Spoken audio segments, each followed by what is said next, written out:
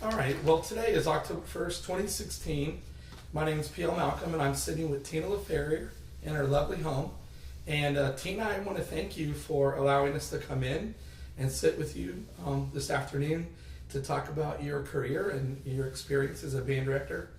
But one of the things I'd like to really say at the beginning is thank you for all the work that you've done as our chairperson of the Legacy Committee.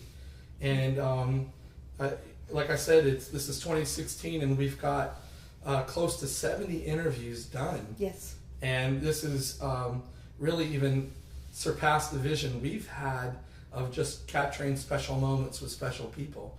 So maybe we could start our interview today with, how did the whole Legacy project start? How did that begin? Well, rather casually. It started on a car ride, sort of a pilgrimage up to Tallahassee. Cindy Berry driving, you and I and Dwayne Hendon, and we were going up to see F. Lewis Jones. On that car ride, we started to discuss the fact that it would be wonderful if we could capture moments with some distinguished directors who may or may not be retired at that time, and so that we could have them available for younger directors who may not be able to meet them personally, but they could gain knowledge from seeing the interviews. And Dwayne took that and turned that into a Legacy Committee. And within 3 or 4 months, we were looking at how can we record these things, and how can we make sure that all of this is available. So that's how it got started, and it just kind of grew from there. We're really pleased that we now have not only the interviews of people, but we also have some historical things on there. We've got another column on the right-hand side that's got a history of FBA, history of Florida Band Directors Association, history of Black schools in Jacksonville area, a tribute to the FAMU band. That was an interview on the Today Show some years back, and we have acquired that, and that's on there. So it's just been really exciting and heartwarming to watch it grow.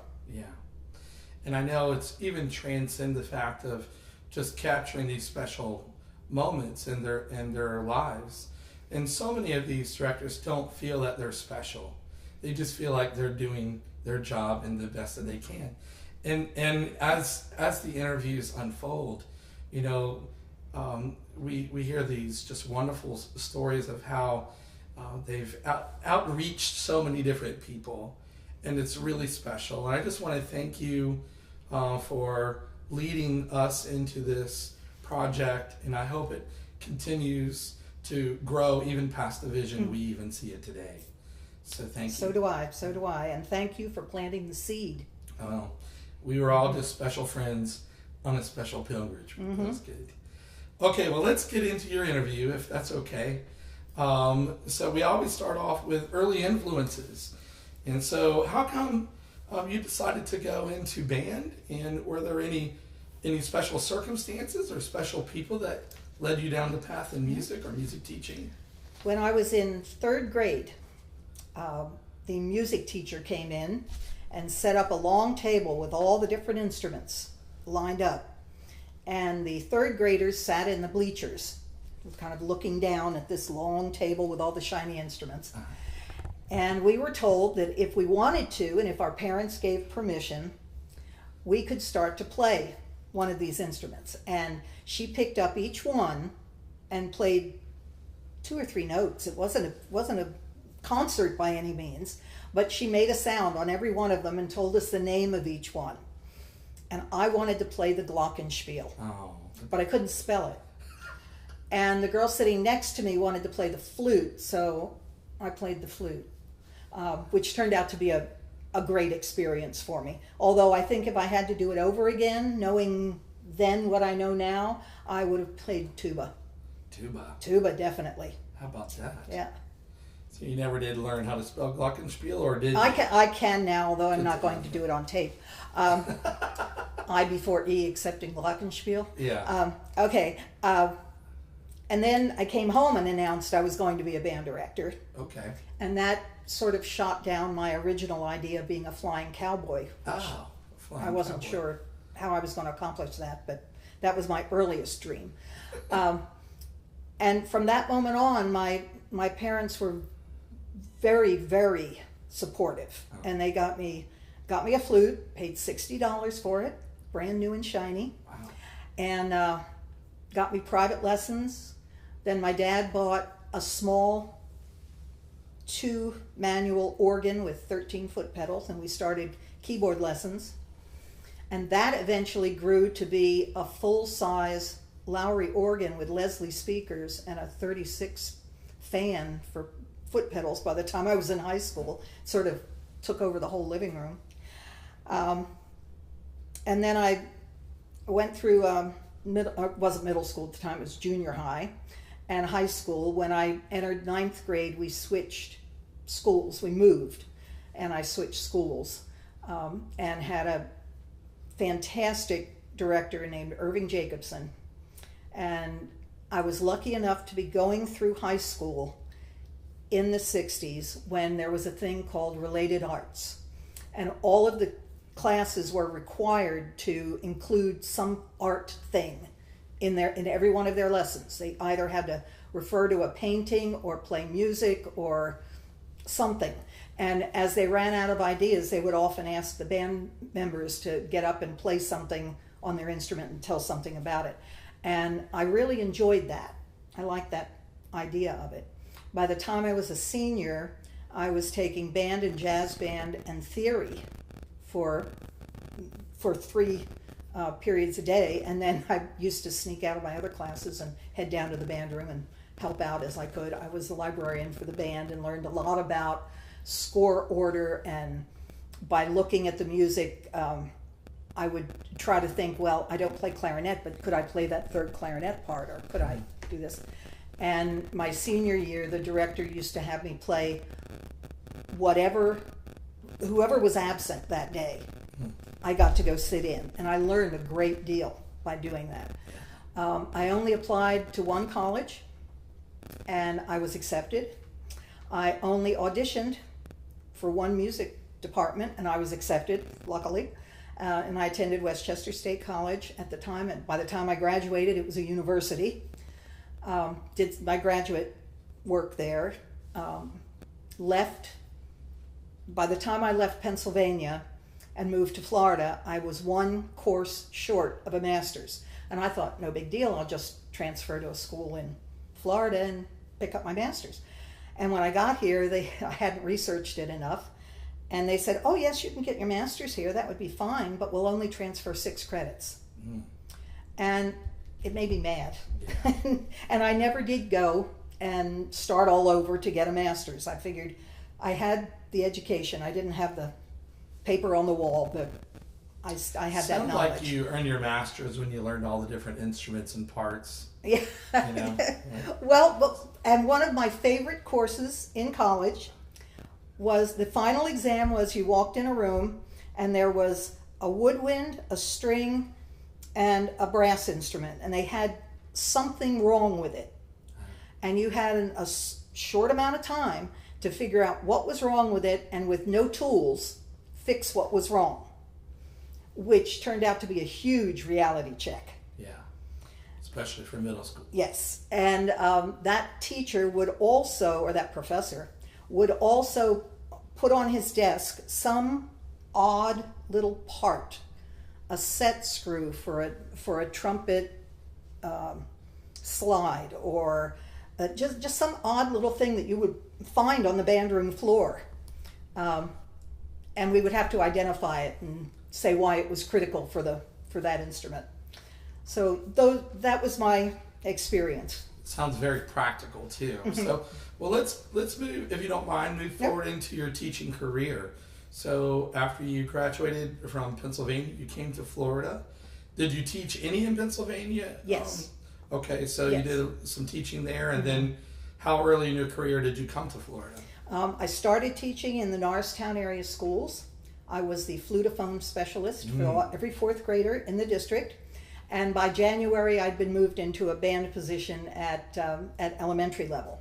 We started them in fourth grade.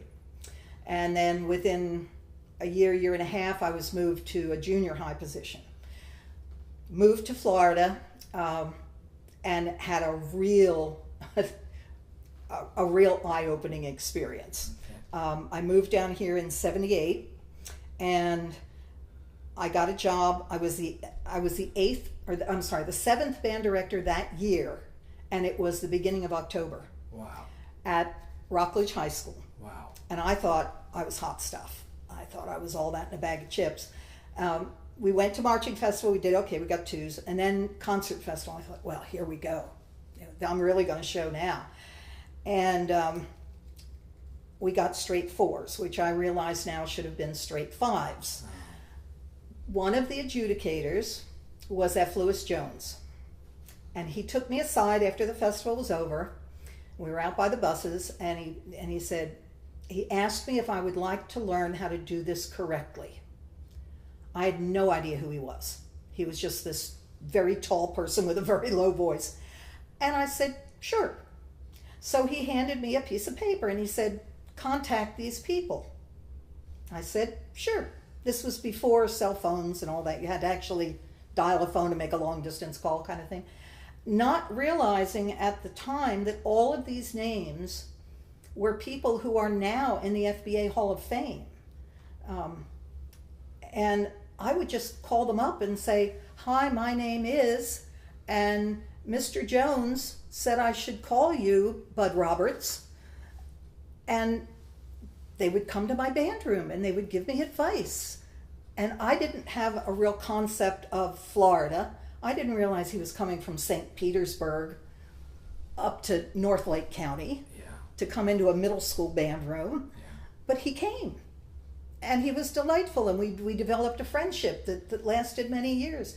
And the same with Jeff Bradford and Nat Baggerly, and just a plethora of wonderful names that I came to, after I came to know them as people and as mentors, I realized how important they were to FBA. And I think that was when I realized how important FBA needed to be to me. That this network was really vital. So I started teaching in Florida. I had that job, and I taught a half year at a private school that then went out of business. I don't think I had anything to do with that. And then I came to Umatilla Middle School, and that's actually where I met you. Yes. Met your sister first. Yes. And then along came our little brother. Yes. And I'm so sorry for those years. Oh, no. It was wonderful. A great little town with a group of parents and citizens that wanted a band. Mm-hmm. They wanted one that could go out in the community. They wanted a little jazz band that could play here, there, and everywhere. And by serving the community then served us. When I would put out the call, hey, I've got a kid in the band that needs a trumpet, someone would come up with a trumpet that student could use. So that was a wonderful experience. And then I had the opportunity, after 7 or 8 years there, to go to Mount Dora and teach middle and high school. And I thought, well, I had one shot at high school. It didn't go well, but I'm smarter now. So I'll try this job. And that was great, because I could keep a student from 6th grade all the way through 12th. Right. Most of them I really enjoyed for all those years, and I watched them become adults. Yeah. And that was a great experience. But then I got a little full of myself and thought, why am I teaching middle and high? I should just teach high school. And I switched over to Eustis High School when that job came open. Spent 3 years there. We got straight superiors. We got superior at state. All that was fine, but I wasn't happy. Eustis is just one size bigger than Mount Dora or Umatilla. It was just more of a city environment. And I'm definitely a country girl. Okay. So after 3 years there, I went back to Mount Dora. Again, I interviewed for the middle school job. They gave me the high school job. They had split the middle and high by then. So I taught there at the high school until Tiberi's Middle came open. And Cindy Berry, who has been a great influence on me and an honest friend, said, "You're an okay high school director, but you're a really good middle school director." Mm. And that built a fire under me to go over to Tiberi's, where I spent my last 17 years. How did you take that? I mean, you said she was honest and truthful, and you accepted that, but did you feel injured in any way? Did it? No, because I think it validated what I was feeling anyway, but not vocalizing. Yeah. And I respect her so much that, and I know she doesn't just make casual remarks when it affects someone's career. Yeah. And I don't think she would have been upset with me had I stayed at high school. Right. But this was an opportunity and a moment that was there. And that was strongly backed up by Elsie Coney, who definitely has my heart. Yeah, lifelong friend. Lifelong friend and another honest human being. And he, in conversation with him about, what should I go and interview and this kind of thing. Well, it turned out they turned me down the first time. They hired somebody else. Yeah. And I was angry. How dare they hire somebody else when they could have had me. Yeah. And they called me back about a week later and said that person was not going to take the job after all. So I should come back and re-interview. And I talked to LC and told him I didn't think I was going to go because I didn't want to be anybody's second choice. Yeah. And he told me, "Did you think you were the best one for the job a week ago?" And I said, "Oh, definitely." He said, "What's changed in that week?" So the message there is have friends who speak honestly to you. Yeah.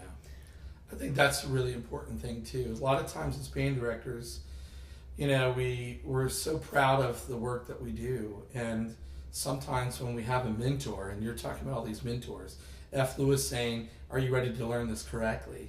Cindy says, "You're doing okay with this, but it seems like your true passion is middle school," and of course Elsie's story. I think that's a really important lesson, and thank you for sharing. I think a lot of times when people are being honest and genuine and they're talking to you, it's because they really love you. They want you to be successful, and I think I'm just so glad you shared that. But Tina, we've got to move forward. We need to move forward a little bit in the interview because I know some of the things. Before we totally leave your teaching here in the rural community of North Lake County, can you talk a little bit about the pluses and maybe the negatives? You talked about in this Umatilla town that it was. I kind of refer it as like the modern day, Mayberry. It was very innocent. Kind of almost a lost time. But you said it so eloquently. People, families got behind you, and whatever you needed to do, they would support.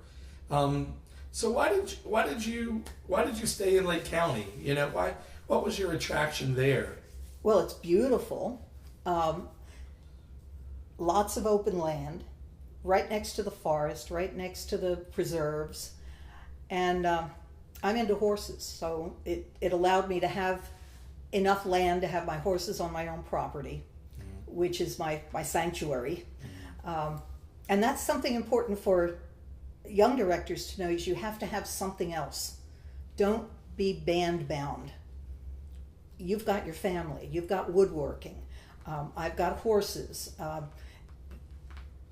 ballroom dancing, bowling, whatever, but it's got to be something that you can focus your passion on that gets you away from the band room, even if it's only for an hour.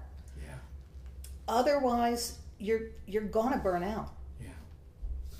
Well, in many ways, you became that flying cowboy. Because your passion and love for horses has definitely been your outlet and your strength. Can we move a little bit towards, I know something that's very important to you. I know that you really have a passion for mentoring young directors. I know that when I introduce you to a director that's going to be in your community, or you introduce somebody to me, you encourage me to go visit them, and you immediately pull out your calendar and you're writing down, what day do you want me to visit? And again, you can see those influences from F. Lewis and friends.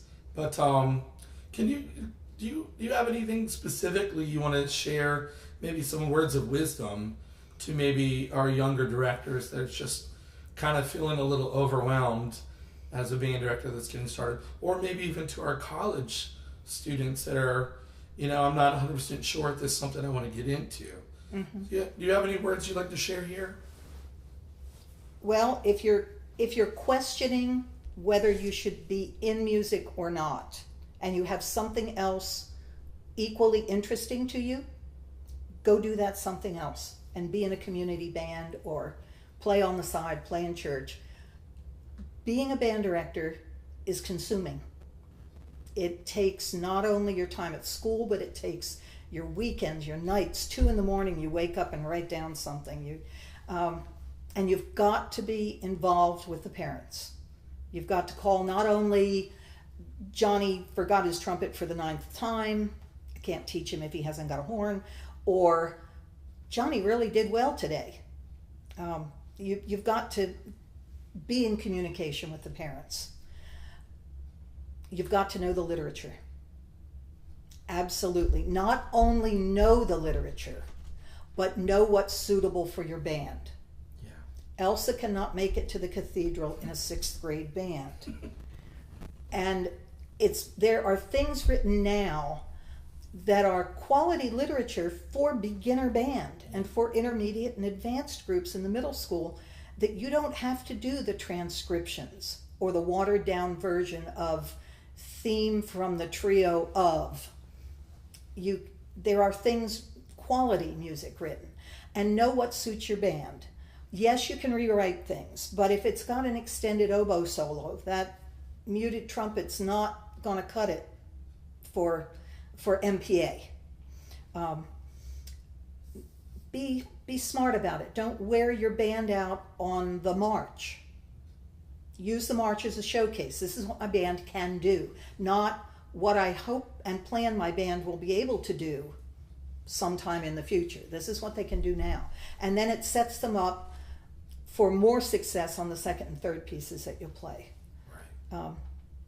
And don't just have one mentor, because that person may be great at advising you about literature, but not so great about advising you about finances or fundraising. And those are things that we all have to deal with. Very few programs are free from the monster of fundraising. You have to learn how to collect money and maintain accurate records, so that when Johnny's mom shows up 2 days after the fundraiser's done swearing that Johnny turned in his $20, then you can go back through the envelopes with all the names and receipts and show her that maybe he didn't turn in that $30, or that you've made an error. Yeah, right. And that's another thing. Don't be afraid to say to the kids or the parents, I made a mistake. I was wrong. I'll talk about it later, but I had one of those that hung on for 42 years. Well, that's true. And another thing, you're talking about having a balanced group, not just one mentor, but several.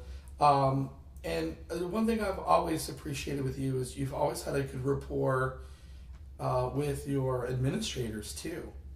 Many times you will have great conversations with the principal or the secretaries. And can you talk a little bit about that? Well, just get to know your principal. Stop in with a scratch-off ticket once a month. Just drop one on the desk and make a comment about, maybe we'll both retire. It'll cost you $1, and boy, will it pay off. Also, include them in everything. Don't let them get gobsmacked by something. I would have to stop and just poke my head in the door and say, you're going to get a phone call about me later, and go on down to the band room. And at least they had a heads up, and whether they knew the whole story at that point or not. Be honest, be open, and include them. Have them conduct on the concert. My principal, the last principal I had, used to be a baton twirler with the Leesburg High Band. So she was a real band nerd and proud of it. Give band shirts to front desk or front office workers and custodians. If you're having a barbecue dinner, make sure the custodians get a free barbecue dinner. All those things are very important and will make your life much easier as the year goes on. Yeah, it's a lot of times it's a relationship in music, but it's more important to be a relationships with people, and I've always admired that you've always had, not all principals, you see eye to eye, but it's our job to make sure that we're communicating with them and educating them to a degree, some lesser than others, but and I appreciate that advice.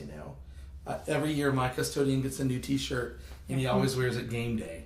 So, that's cool. Yeah, that's cool. That's the way he shows his pride towards our school. So, we talked a little bit about relationships with administration and other band directors.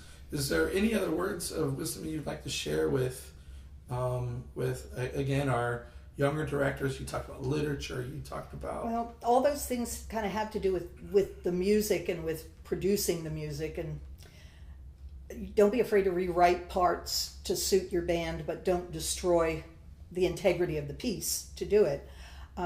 Also, beyond teaching music, you've got to teach the kids how to be good citizens. I wish they still had a place on the report card for it.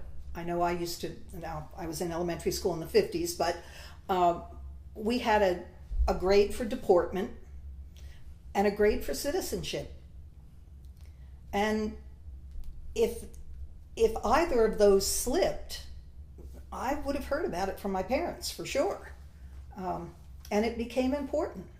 And I would like to think that my students felt the need to behave well and be good citizens. Pick up that piece of trash or help that student who seems to be in need of somebody to open the door for them or whatever. Little things, little random acts of kindness. Yeah. And being that role model, showing them to do that. Well, that's wonderful. Okay, well then, let's see, is there one thing about your personal character that you would say that's enabled you to achieve the person that you've become? I'm stubborn. Yeah. I'm more stubborn than an 8th grader who thinks they're going to change the rules to suit them. It's going to be, and hopefully I'm also consistent, that if it's this way on Tuesday, it's going to be that way on Thursday. Okay. We have about 5 minutes left, just to give you a heads up. So if there's some more things you want to talk about in this area, we can, or we could talk about what are you doing today.